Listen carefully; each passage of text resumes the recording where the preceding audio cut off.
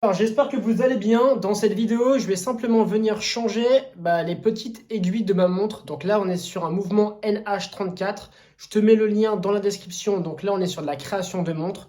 Ça revient à 110 euros plus ou moins la montre. Mouvement NH34, c'est un GMT. Je vais te montrer ça tout de suite. Alors, quand j'étais sur le projet de créer une GMT, alors là, je vais zoomer. Comme tu peux le voir, c'est véritablement une GMT. Forcément, tu as 4 aiguilles, dont l'aiguille de GMT pour le double fuseau horaire. J'ai pris des aiguilles style Mercedes et également des aiguilles comme celle-ci. Donc là, on est vraiment sur un design beaucoup plus, on va dire, moderne. Ce qui est cool dans la création de montres, c'est quoi? C'est que finalement, acheter des aiguilles, ça revient à 4 euros. Donc, tu vois, tu peux changer ta montre pour pas trop cher. Sachant que, forcément, à 4, 5, 6 euros l'aiguille, ça change totalement l'esprit de ta montre. Et le budget, la vérité, c'est pas grand-chose. Alors, en matière de matériel, je vais te montrer ce que j'ai. Donc, tu auras simplement besoin de quoi? Tu auras besoin de ça, ces outils juste ici pour mettre les aiguilles. Ça, c'est pour arracher les aiguilles. Ce petit bouton pour retirer la couronne, les deux petites pinces et le support de mouvement. Et ensuite, on a absolument tout. Et là, ce sera le trépied. Je vais poser mon téléphone et tu vas voir le processus pour changer simplement les aiguilles. En lien dans la description, je te mets mon partenaire VPN. Alors avant, je faisais pas attention à ça. Maintenant, je fais vraiment, je fais attention à tout ce qui est sécurité sur Internet, etc. Pourquoi? Parce que depuis que je me suis fait pirater mon compte TikTok l'année dernière, franchement, tout ce qui est VPN, antivirus, etc. Tout ce qui est confidentialité, je le garde, sachant qu'en fait, sur nos téléphones, ordinateurs, on a pratiquement 95% de notre vie, ça reste important. Et je pense qu'à l'avenir, on aura de plus en plus en fait de sécurité informatique. Et je te mets également le lien justement pour créer ce type de montre-là. Pourquoi?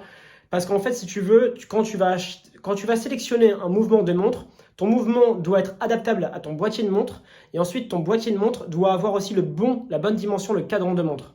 Donc en fait, c'est assez compliqué en matière de mesure. Donc je t'ai vraiment simplifié tout ce processus-là et je te mets tout ça en lien dans la description. Du coup, cadran, aiguille, mouvement sur le support de mouvement.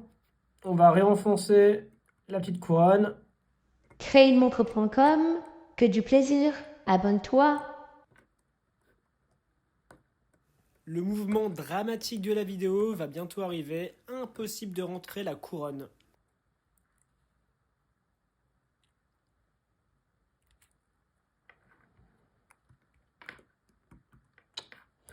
Pourquoi ça... Ah voilà, c'est bon, c'est fait. Bah non. C'est bon. Qu'est-ce qui se passe?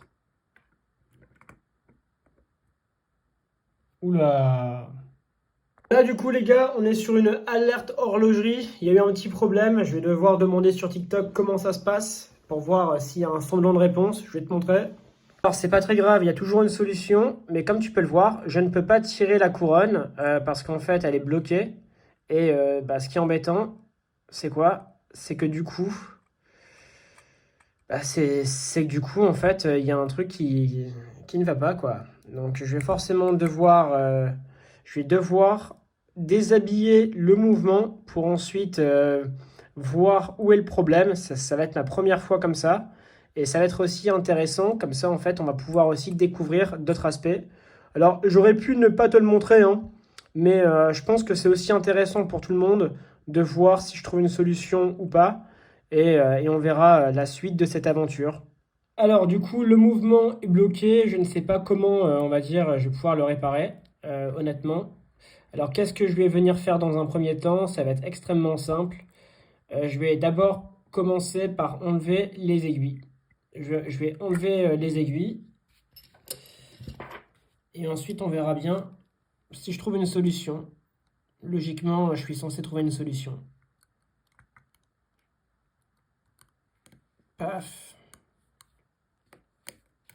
Voilà.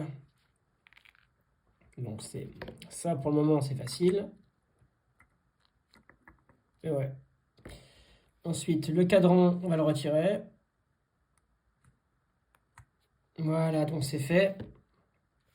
Et maintenant, je vais mettre pause et on va réfléchir ensemble. Retour d'expérience par rapport à ce qui s'est passé hier. Alors c'était vachement intéressant parce que c'était la première fois que je démontais entièrement un mouvement de montre. C'est assez intéressant le fonctionnement et la création d'un mouvement de montre. Franchement, c'est juste délirant. Je sais même pas comment les gens qui ont conceptualisé les mouvements ont réussi à faire ça. C'est une prouesse technique. Ça s'annonce assez positif parce que je pense que sur cette chaîne, du coup, qu'est-ce qu'on va faire? On va essayer de réparer un mouvement NH34. Je vais te montrer la petite pièce que je dois changer. Alors, paf, je dois exactement changer cette pièce juste ici, tu vois. Tu vois le petit rond là, je dois simplement venir changer cette pièce-là. Donc, je vais recommander cette pièce. Là, tu as une vis, je dévisse et ensuite je réemboîte et on verra son fonctionnement. Prochaine vidéo, c'est pas très grave parce qu'en fait, du coup, ça, c'est un boîtier adaptable mouvement NH35 et NH34. Donc, bon, ce qui est bien, c'est que comme tu peux le voir, j'ai plusieurs cadrans NH35. Les aiguilles du mouvement NH34, en fait, finalement, ce sont également des aiguilles avec le mouvement NH35. Elles sont adaptables. Je zoome. En fait, les 3 aiguilles, donc l'aiguille des heures, la trotteuse et l'aiguille des minutes, je peux les adapter sur un mouvement NH35. La différence avec un mouvement NH34, c'est simplement le double fuseau horaire, celui-là. Donc du coup, qu'est-ce que je vais venir faire? Je pense que je vais venir sélectionner un cadran et ensuite je vais prendre ces aiguilles-là et j'ai un mouvement NH35. Donc c'est parfait. Du coup, prochaine vidéo, on va créer une montre avec un mouvement NH35. Pour moi, aujourd'hui, le mouvement NH35, ça reste quand même le mouvement le plus solide que j'ai pu tester jusqu'à aujourd'hui.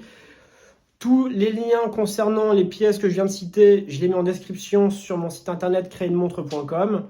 Et si tu recherches un VPN, je te mets également le lien dans la barre de description. Abonne-toi et mets un like. Et si tu as des idées de contenu, n'hésite pas à me mettre un commentaire, évidemment que je vais le lire, ça me fait plaisir. Et je vous dis à la prochaine les gars.